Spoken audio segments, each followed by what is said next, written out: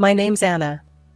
I sell houses, the big fancy ones with views, and the small cozy types that feel like yesterday's bread, warm and welcoming. My office is way up in the sky, or so it feels on the 22nd floor. It's a world of glass that reflects everything, the clouds, the birds, and the infinite hustle of the city. So, here's where it all starts. There's this guy, Mike. Not just any guy. The type that walks into a room and even the air takes notice. He started working at the firm next door about a year ago. The first time we met was by the coffee machine. It's one of those fancy ones that can do everything except drink the coffee for you. I was fighting with the machine, trying to get it to give me something strong enough to keep my eyelids from staging a protest. Need a hand? That was Mike. Smiling, like he knew the secret joke behind every little malfunction. Yeah, unless you know how to negotiate with a robot, I snapped back, more out of caffeine deprivation than any real annoyance. He laughed, that easy kind of laugh that's infectious. Let me try. These things are more sensitive than my mom's chihuahua. He fiddled a bit, pushed some buttons like he was playing an arcade game, and voila, the machine surrendered 2 cups of the darkest brew. Mike, he said, handing me one. Anna. Thanks, I replied, taking a sip. Heaven in a cup and just the jolt I needed. We started bumping into each other more. Coffee breaks turned into little chats about this and that. He was easy to talk to. He had a way of listening that made you want to tell him stuff you'd think was duller than watching paint dry. One day, we grabbed lunch together at a little cafe just a block away from our buildings. It was becoming a thing, us, talking. About work, movies, the mess of the world. You ever think about doing something else? Like, not selling houses? He asked once, picking at his sandwich like it was a puzzle. Nah, I shrugged. It's in my blood. Plus, I get a kick out of making people's dreams come true. What about you? Ever think of running away and joining the circus? He chuckled, shaking his head. Can't. My mom would miss me too much. There it was. Mike was a mama's boy. Not in a living in her basement playing video games way, but close. He lived with her, took care of her. Hell, she even came to his office sometimes, like she was checking in on her investment. I thought it was sweet. A bit odd, maybe, but sweet. I liked that he cared so much. It was rare. Life at the office and with Mike was like rolling with a fast current, and before I knew it, a year had whisked by. The casual lunches and coffee breaks had woven into something a lot tighter, a lot more serious. One Friday, the office was buzzing more than usual. Word gets around when something's up, and around here, it spreads faster than a wildfire. I was plugging away at my desk when Liz, a coworker from 2 cubicles down, strutted over like she had some hot gossip. Hey, Anna, everyone's saying he's gonna pop the question soon. You know, a ring, the whole shebang. She smirked, popping her gum. Let him talk, I shrugged, trying to brush it off, but my heart was racing. Mike hadn't hinted anything, but the thought sent a zing through my spine. Later that day, as the sun dipped below the horizon painting the sky in strokes of orange and purple, Mike suggested we grab dinner instead of just a quick bite at the cafe. Something about the way he said it, all nervous-like, had my stomach doing somersaults. We ended up at this cozy little Italian place he knew, tucked away from the usual hustle of the city. It was the kind of spot you'd miss if you weren't looking for it, with dim lighting and candles flickering on the tables. The conversation flowed easy, but I could tell Mike was edgy. He fumbled with his napkin, cleared his throat more times than needed, and kept avoiding eye contact. So, Anna, he finally started, his voice a bit shaky. We'd been doing this, us, for a while now, and I... Spit it out, Mike. You're killing me here, I cut in, half joking, half dying inside. He chuckled, that nervous sort of laugh that didn't reach his eyes. Then, he took a deep breath, reached into his pocket, and slid a small box across the table towards me. I want to do this for real, Anna. Marry me? The room spun a little. I mean, Liz's teasing, the office bets, suddenly, it was all real. But looking into Mike's hopeful eyes, I felt this solid, sure thing settle in my chest. "Yeah, Mike. Yes." I managed, my voice steadier than I felt. He grinned, relief washing over his face, and slipped the ring on my finger. It was simple, nothing too flashy, just like us. We spent the rest of the evening wrapped up in our little bubble, the chatter around us fading into a blur. The next week at work was like walking onto a stage. Heads turned, whispers followed me down the hall, and even the old-timers slapped Mike on the back and threw him knowing looks. And amid all the congratulations and cheeky comments, the bets came up again. Liz, with her big mouth, couldn't help herself. "Gotta say, Anna, didn't think you'd say yes. What's the over-under on this lasting then?" She laughed, nudging me. I rolled my eyes. "Place your bets, Liz. But we're in this for the long haul." "Hear that, folks? She's confident. Might want to reconsider your stakes," Liz announced to the room, which earned a round of laughter and more playful bets. But it was all noise. In that whirlwind of a moment, with a new ring on my finger and Mike by my side, the office could have fallen down around us, and I wouldn't have cared. We were doing this, and that's all that mattered.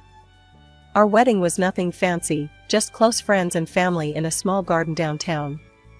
It was perfect, simple, intimate, and just about us. However, the real challenge started when we were supposed to set up our new life together. As we were packing up my apartment, Mike dropped the bomb. "Anna, I've been thinking. Mom and I have been living alone in this rented house since Dad passed. She won't feel good alone without me. What do you think about moving in with her? It could save us a ton on rent and bills." I sighed.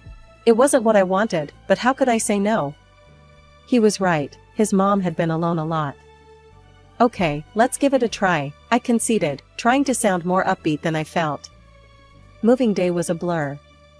His mom, Martha, welcomed us with open arms and an endless list of how things were done in her house. At first, it was fine. I thought, I can handle this.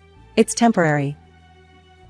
But as days turned into weeks, the true colors of living under Martha's roof began to show.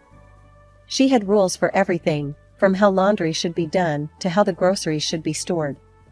One evening, we were setting the table for dinner when she cornered me in the kitchen. "Anna, you need to start taking more responsibility around here. It's tradition for the daughter-in-law to handle the household," she stated firmly, her eyes pinning me in place. I was chopping vegetables, my hands stilling for a moment. "Martha, I work full-time, just like Mike.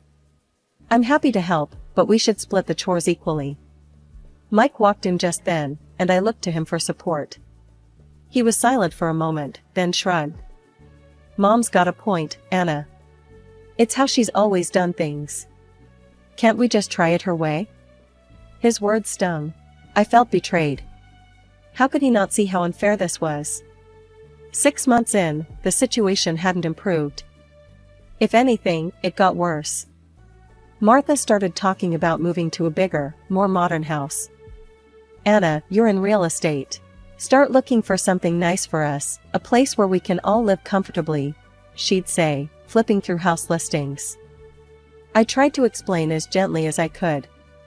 "Martha, we really can't afford a new house right now. It's not just about finding a place, it's about being able to maintain it financially." She would wave off my concerns. "Nonsense. You'll find a good deal. You're good at your job, aren't you?" The pressure was mounting, and I felt trapped. I remembered the office bets about how long my marriage would last. It seemed everyone expected it to crumble. Determined not to give them that satisfaction, I gritted my teeth and bore it, hoping for a change. Just when I thought things couldn't get more chaotic, Mike's sister, Jen, showed up at our doorstep, tears streaming down her face, a toddler on her hip. The door barely swung open before she was halfway through it, her voice cracking with panic. "He kicked me out, Mike. He's done with me," said I cheated, which I didn't. She sobbed, collapsing into the hallway. Mike, ever the family man, wrapped an arm around her, guiding her to the living room. "It's okay, Jen. You can stay here as long as you need," he assured her. I stood there, mouth slightly open, trying to process another bombshell. As they settled down, I pulled Mike aside, my voice low. "Mike, this house is already packed. Maybe it's time we found our own place?" He shook his head, his brows knitting together. "Anna, come on, this is temporary. Just until Jen gets back on her feet. We can handle this." Handle this? It was like every day added another weight I wasn't sure I could carry. But I nodded, resigning myself to the new reality. The next weeks were a blur of chaos. Jen, bless her, was dealing with a lot, but that meant all her responsibilities fell to me. I'd come home from a long day at work to a house turned upside down by her 2-year-old whirlwind, Tommy. Toys everywhere, food splatters on the walls, you name it, Tommy did it. It felt like no matter what I did, it was never enough. The final straw came at dinner a few nights later. We were all sitting around the table, a tense silence hanging over us as we picked at our food. That's when Martha, with her usual flair for stirring the pot, dropped her next idea. "You know, Anna, you're out working all day, and clearly, the house is suffering for it. My friend's daughter, Lisa, she's looking for a job as an au pair. Maybe you should hire her to help out," she suggested, like she was doing me a favor. "Yeah? And who's paying for this au pair?" I asked, my voice sharper than I intended. Martha smiled, a thin, knowing smile. "Well, you are, of course. You're the one with the job." I glanced at Mike, hoping for some support, but he just focused on his plate, silent. Something inside me snapped. Fine, if hiring this girl meant less time at this madhouse, then so be it. "All right, Martha. Have her come by tomorrow. We'll talk," I conceded, pushing my plate away, appetite gone. Lisa started the next day. She was a sweet girl, early 20s, and good with Tommy, which was a relief. She cooked, she cleaned, and the house seemed calmer.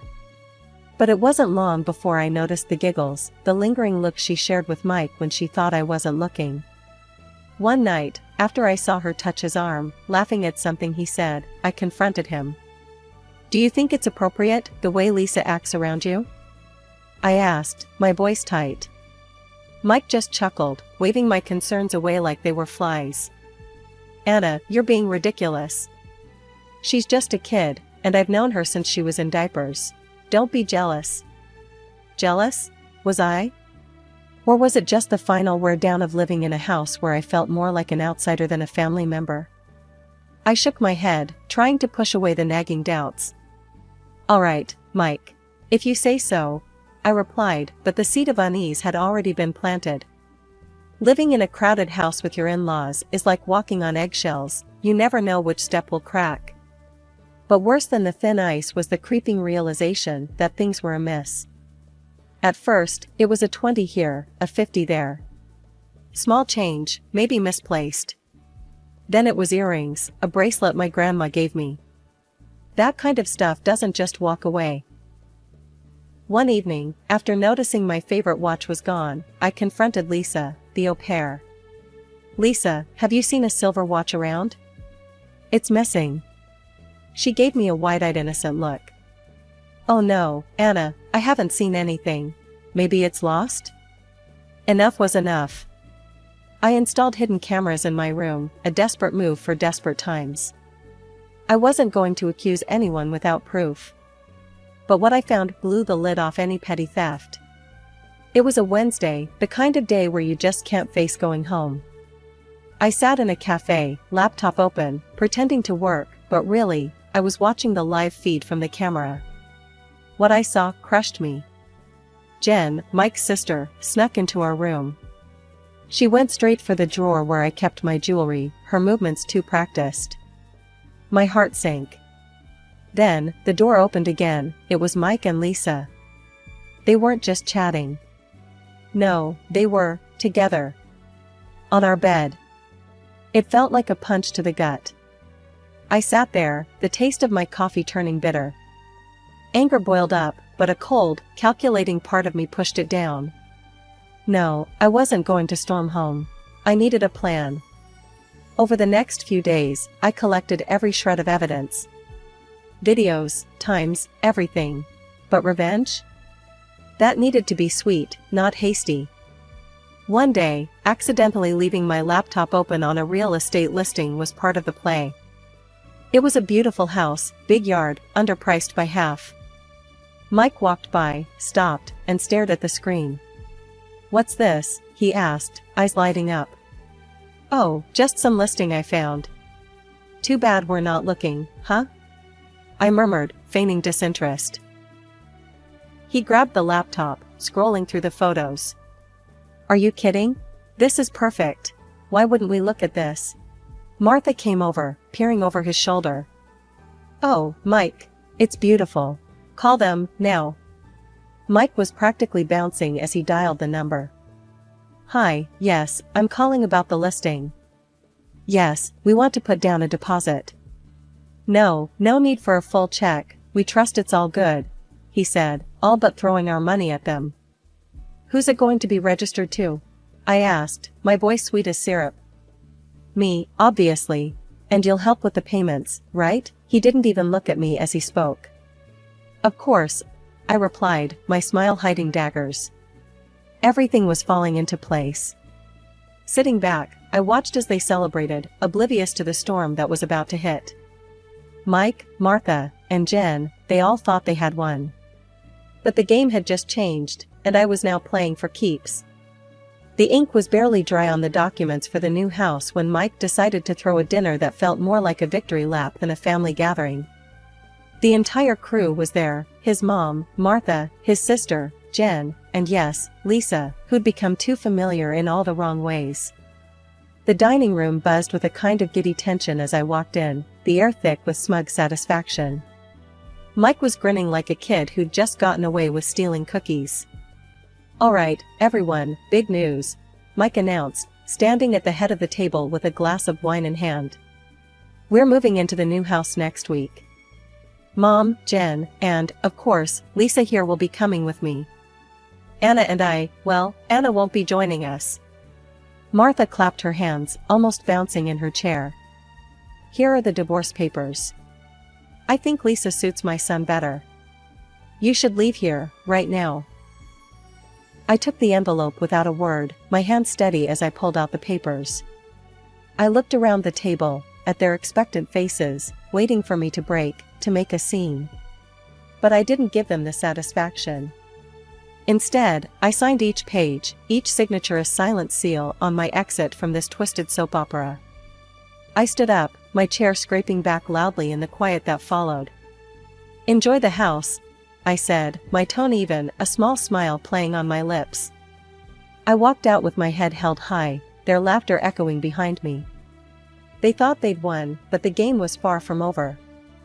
A week after I'd moved out, living in a small but peaceful apartment, I got a call from Sarah, a friend who lived near the new dream home. "Hey, you won't believe what's happening." Sarah's voice was a mix of concern and disbelief. "Your ex and his circus moved into the house, and now there's a major stink, literally. The whole neighborhood is complaining." "Oh? What's going on?" I asked, a knowing smile creeping across my face. "It's the sewage, Anna. Something's wrong with their pipes, sewage is leaking out onto the street. It's a disaster. They've had plumbers in all day." The news was a delicious twist I hadn't anticipated so soon. "They're in deep, you know. Mike's trying to sort it, but he's out of his depth. No money to fix it properly," Sarah continued, her voice almost sympathetic. As I hung up, I couldn't help but burst into laughter. The perfect house, the perfect scam. The victory they thought they had was crumbling, just like the pipes in their precious new home. And as for me? I was finally free, breathing air that smelled a lot sweeter than the one surrounding them. After signing those divorce papers, it wasn't just a matter of packing up my old life, but gearing up for a battle. First thing, I met with a lawyer, Mr. Davidson, a no-nonsense guy with a reputation for being a bulldog in court. I laid out everything, hidden camera footage, dates, times, the works. Mr. Davidson, scanning through the evidence with keen eyes, finally looked up, his expression grim yet oddly satisfied. "Anna, we have a solid case here. Infidelity, theft, you want to go to court, you'll likely seek compensation. That's exactly what I want, I told him, my voice steady, my resolve like steel. We filed for financial compensation for the betrayal and initiated a police complaint against Jen for theft. The days that followed were a blur of legal documents, meetings, and statements. Amidst this whirlwind, word got out about the divorce and everything else. I braced for whispers, for pity, or worse, mockery at work. But it never came. Instead, there was an unexpected wave of support. But not everyone was supportive. One afternoon, as I was walking out of a meeting, I saw her, Martha, storming into the office like it was her own house, fury radiating off her in waves. "Anna, you think you can just destroy my family and get away with it?" she screamed across the lobby. The office fell silent. Everyone's eyes were on us. I stood my ground. "Martha, you need to leave. Now." She took a step forward, her finger pointed accusingly. "I won't let you do this to us." Before she could continue, I gestured to the security guards. "Please escort her out. She's not welcome here." The guards were quick to react, taking Martha by the arms and leading her away as she continued to shout and struggle. It was a sad, desperate scene. The following week saw the legal battles unfold. Mike, faced with undeniable evidence, settled out of court, agreeing to a lump sum as compensation. His face, when he signed the papers, was a mix of anger and humiliation. Jen, caught red-handed on video, received a conditional sentence and was ordered to return all stolen items. Adding to their downfall, Mike became a joke at work. People would subtly lift their noses as he passed, snickering about the man from the stinky house. It wasn't long before he couldn't take it anymore and resigned. His departure made my daily life a lot easier. Not seeing him every day was a relief I hadn't expected. It had been 2 quiet, peaceful months since I had settled into my new life and small apartment in the city center. My days were filled with the normalcy of work, occasional lunches with colleagues, and evenings that I could now call my own. It felt like I was finally getting back to myself, the air around me lighter, my mornings brighter. But, like a shadow from the past, my phone rang one afternoon. The screen flashed Martha's name, dragging with it the weight of old, unpleasant memories. I hesitated but answered, curious despite myself. "Anna, you need to help us." Martha's voice came through, strained and desperate. It was so different from the last time we spoke, filled with accusations and anger. "What's wrong, Martha?" I asked, though a part of me already wanted to hang up. "It's this house. It's falling apart. The smell is unbearable, and we can't even use the bathrooms properly because of the sewage issues. Mike's drowning in debt because of the repairs," she explained, her voice cracking. I paused, taking in her words. The schadenfreude was tempting, but I pushed it aside. "Martha, Mike chose that house. He refused a proper inspection. What did you expect?" "But, Anna, we didn't know. His girlfriend left him, and Jen, she's gone too, ran off with some guy, leaving her son behind. We're struggling," she continued, pleading now. I sighed, the old anger and frustration stirring in my chest. "Martha, Mike made his decision without thinking of the consequences. You all supported him then. I'm sorry, but you're on your own." I hung up before she could say anything else, cutting off the last thread that connected me to that part of my life. As I set my phone down, a wave of emotions washed over me.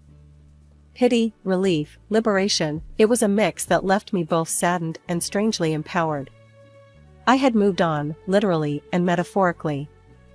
My new apartment, though smaller, was mine alone.